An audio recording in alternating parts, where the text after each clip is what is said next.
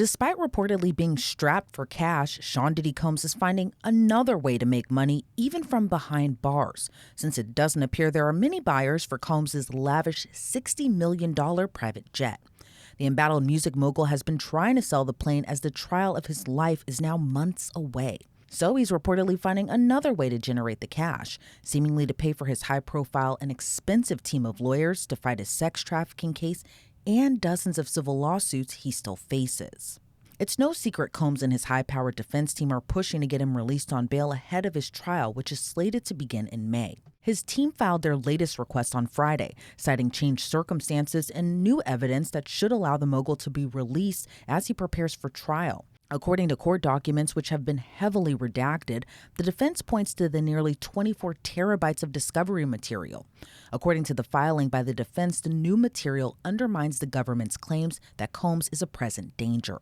The defense claims the government's sex trafficking allegations, which relate to a woman named as Victim 1 in the indictment, was a woman Combs had an 11-year relationship with. The defense, as they've previously claimed, says the sex trafficking allegations were merely attempts to get money from Combs when the victim was allegedly writing a tell-all book. The defense claims Victim 1's lawyers told Combs' lawyers they wouldn't publish the book only in exchange for $30 million, and because the mogul thought it was extortion, he didn't pay. The filing says in fall of 2023, the victim used the Adult Survivors Act, and it was only then she claimed she was sexually assaulted by Combs and demanded the $30 million, and the case was settled quickly without Combs admitting wrongdoing. The defense claims the government recycled Victim 1's allegations, and the case requires her testimony, which they claim will be refuted by years of written correspondence and other documentary evidence. The defense also claims the government's obstruction and witness tampering allegations were false, and that an alleged second victim isn't a victim at all. So in light of their discovery, this time around the defense is offering what they call a more robust bail package if the mogul should be released on bail. Initially, his team was offering the surrendering of his family's passports. That included his daughters Chance, Jessie, Delilah, and even his 2-year-old toddler Love's passports. The Bad Boy founder also said his mother's passport is in the hands of the defense team, and his adult sons, Quincy, Justin, and Christian, have offered to co-sign the agreement. But according to the latest filing, the defense is now also suggesting around-the-clock security monitoring and restricting his ability to contact anyone besides his lawyers. His push for bail has already been denied twice and is now hoping third time's a charm. Even as Combs offered up $50 million to stay put even if he's released, a judge so far hasn't been going for what Diddy and his team have been offering. The defense has been adamant the mogul won't be a flight risk because he's trying to sell his private plane since April of this year, a month after his homes were raided by the feds. But the plane still hasn't been sold. The defense previously agreed to keep the jet in Los Angeles. And while the mogul remains inside a federal detention center, he's finding clever ways to make cash off the $60 million jet while he's waiting to sell it. According to reports, the disgraced mogul is listing the jet on websites offering expensive charters, some charters totaling nearly $500,000. As we continue to learn more and more details about Sean Diddy Combs' case, part of the reason we're able to keep bringing you these stories is because of our great sponsors, and that includes Upside.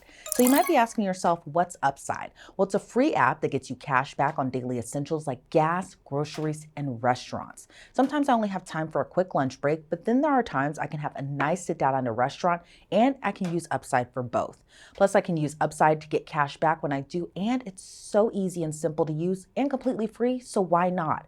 And this is actual real cash back too. It's money that appears in your Upside app that you can transfer straight into your bank account. Here's what you do. You download the Upside app, claim an offer for whatever you're buying on Upside. You pay as usual using a debit or a credit card and follow the steps on the app and get paid. You can use Upside at places like Chipotle, 7-Eleven, Taco Bell, and so many other places. So why not check it out and see if your favorite spot is on the app? To find out how much you could earn, click the link in the description to download Upside or scan the QR code on your screen, use our promo code LCNews, and get an extra 25 cents back on every gallon on your first tank of gas. Again, that's promo code LCNews for an extra 25 cents back on your first gallon of gas. So how much does a ride on a Diddy plane cost for renters? Well, a single flight from LA to the Big Apple costs a little more than $116,000. But say you wanted to take a flight across the pond to England, well, that'll cost you more than $432,000. And if you can break the bank to chart the jet, the 14-passenger plane is reportedly being listed on sites like Victor and Jetly. Combs was once estimated to be worth $1 billion, but that number reportedly dwindled during his fall from grace. But the mogul still has an estimated net worth hundreds of millions of dollars, likely most of it tied up into fighting his case. He's previously pleaded not guilty to federal charges of sex trafficking, racketeering conspiracy, and transportation to engage in prostitution. Now, with 6 months until his high profile trial, it'll be up to a federal judge to decide if the mogul will be released on bail or stay put until his day in court. Let's break this down with attorney and former federal prosecutor Nima Rahmani. Nima, it's always great to see you, and thanks for joining me today. Sean Combs, aka Diddy, is trying once again to get bail. Do you think this third time around he'll be successful, as his lawyers say there's new evidence and changed circumstances? I don't think so. And he's failed twice before. First before the magistrate judge, then before the previous district judge, and now he's trying to get a third bite at the apple. But really, when it comes to bail, you're talking about risk of flight and danger to the community. And I think it's the danger prong that is Diddy's challenge here. Obviously, we talked about the weapons, the alleged witness tampering, and I think that's the thing the judge is going to focus on, not just the sheer number of victims, many of whom are making similar allegations. And what do you make of the new proposed bail package, around the clock monitoring, total restrictions on his ability to contact anyone but his lawyers, as well as still that $50 million? Do you think, in a way, he's just trying to buy his way out of jail right now? I think that's right. And I think anyone who wasn't named Sean Diddy Combs and didn't have $50 million laying around would be in custody because of the nature of these charges. Very serious sex trafficking charges. Since the time of the initial bail hearing, minors have come forward. Now, obviously, we don't have a superseding indictment that hasn't been charged yet, but the changed circumstances, if any, are worse for Diddy. So the question is this: well, what has changed? Well, obviously, the $50 million is the same. The round the clock surveillance, that's the same. Previously, they said no cell phone access, no internet access, visitor logs. Now they're saying no communications with anyone but his lawyers. I think, again, it's really a bridge too far at this point. He is safely in the MDC, isolated from the general population, with Sam Bankman Fried and others who are sort of similar celebrity criminal defendants, or folks who have been convicted of crimes. And I think the judge is going to see right through this. And Diddy wants out because he's just going crazy in custody. But ultimately, I think that's where he's going to end up after he's convicted. And I can't help but think of the irony that he's offering up around the clock monitoring and restricting his ability to contact anyone but his lawyers, essentially, even though he's already in jail, which would essentially provide those services already. What are your thoughts on just kind of the irony that we're seeing here in this proposed new bail package? It is ironic, and what he's proposing really is a private jail in one of his mansions. I know the LA mansion is up for sale, but it'd probably be in either Florida or New York. New York, apparently, because that's where the trial is being held. But, again, there's no mechanism for someone to get out of jail simply because they have a lot of money. When you're talking about a case like this with these types of allegations, some of which might carry mandatory minimum sentences in federal prison, at the end of the day, if there truly are more than 100 victims, men and women, some of which were minors, I mean, we've all seen the video Diddy beating Cassie in 2016, and for the defense to try to minimize that and say that that's just a glimpse in a moment in time. I mean, people can lie, Diddy can lie, criminal defendants lie all the time, but that video doesn't lie. And we saw a very different video, a very different Diddy than the one that had previously said that this is all made up and this is all a shakedown, this is all about money. Well, that video was a very violent and completely uncalled for beating of his longtime girlfriend. And that's one of the many reasons why he's in custody. Yeah, and it's interesting that you bring that up too, because they did cite that in that new bail package as well, that it did only show a glimpse of their consensual, nearly decades long relationship, that being between Diddy and Cassie.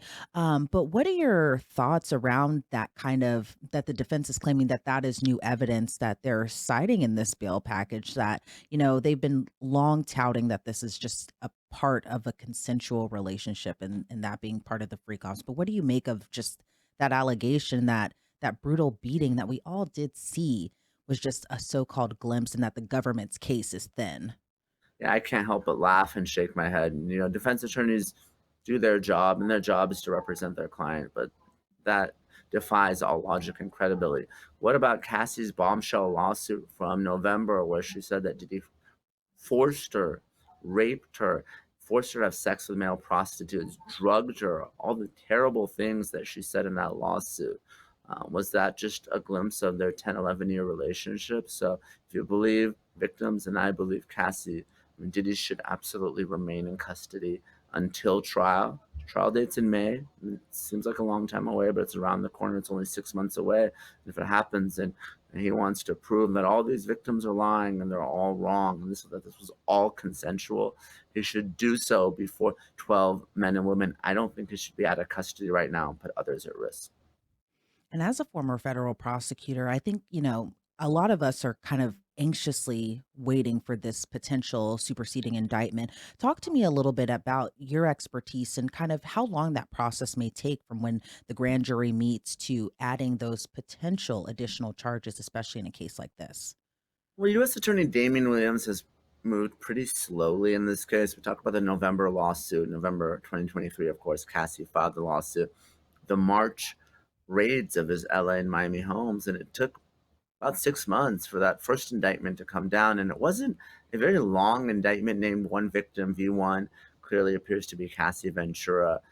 I do think that if there are credible allegations involving minors, they should be added to the case for a number of reasons. Obviously, the law is intended to protect minors from sexual abuse, and I think it changes the nature of the case and the defense in the case. Diddy can no longer argue that this was all consensual because minors can't consent, right? So I think it is important, if there are minors who are willing to testify, that testimony is credible, it's corroborated, that be added to the case. And if it does, I think it will push that May trial date back. Now, one other important issue as well is, in addition to the video of the beating, in addition to the guns, in addition to all the number of victims, it's Diddy's own conduct after the raids. He's contacting witnesses. He would call one of them apparently, dozens of times.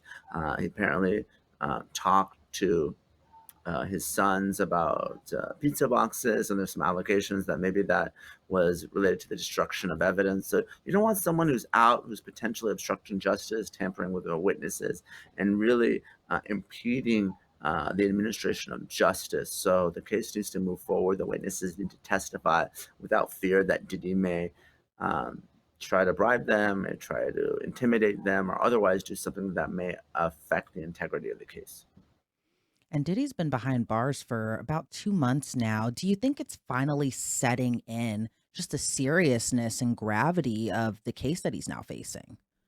No question. I mean, Diddy is not someone that's done, any times and charged once. He was acquitted in the New York nightclub shooting case, and this can take a toll on anyone. And obviously, part of being isolated is for his own protection, right? Because of the nature, he's a celebrity defendant, but could also drive you crazy if you're spending 23 hours by yourself, isolated from the rest of the world. And I think that's the type of prison experience that Combs is experiencing right now, and it's probably driving him a little crazy.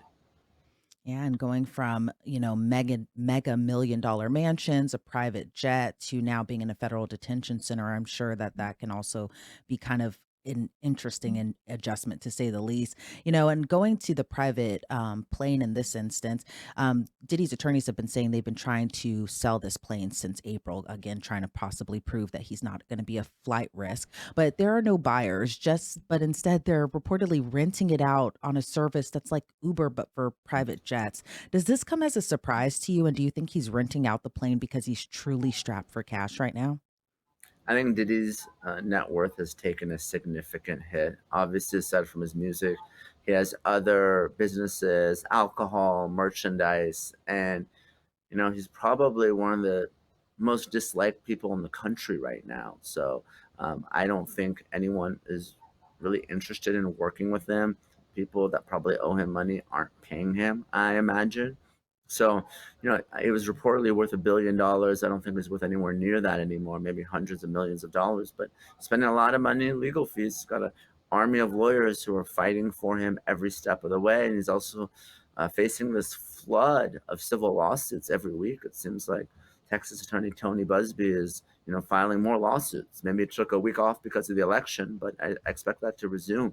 And that's costly to defend as well. So my guess, when we're all said and done with the criminal and the civil cases, I expect Diddy to be broke. And I don't think he's going to be able to afford that private plane, whether it's to own it or to rent it on one of those sites or just have it at all. All right, Nima, again, thank you so much for your time today. I really appreciate it. Thank you. Sean Diddy Combs, through his attorneys, have denied all wrongdoing and denied all the accusations against him in his criminal case and civil lawsuits. And we're learning Combs is expected to appear in court next week for a hearing on his bail. That hearing is slated for November 22nd, and his trial is slated for May 5th of next year. Reporting for Law and Crime, I'm Elizabeth Millner.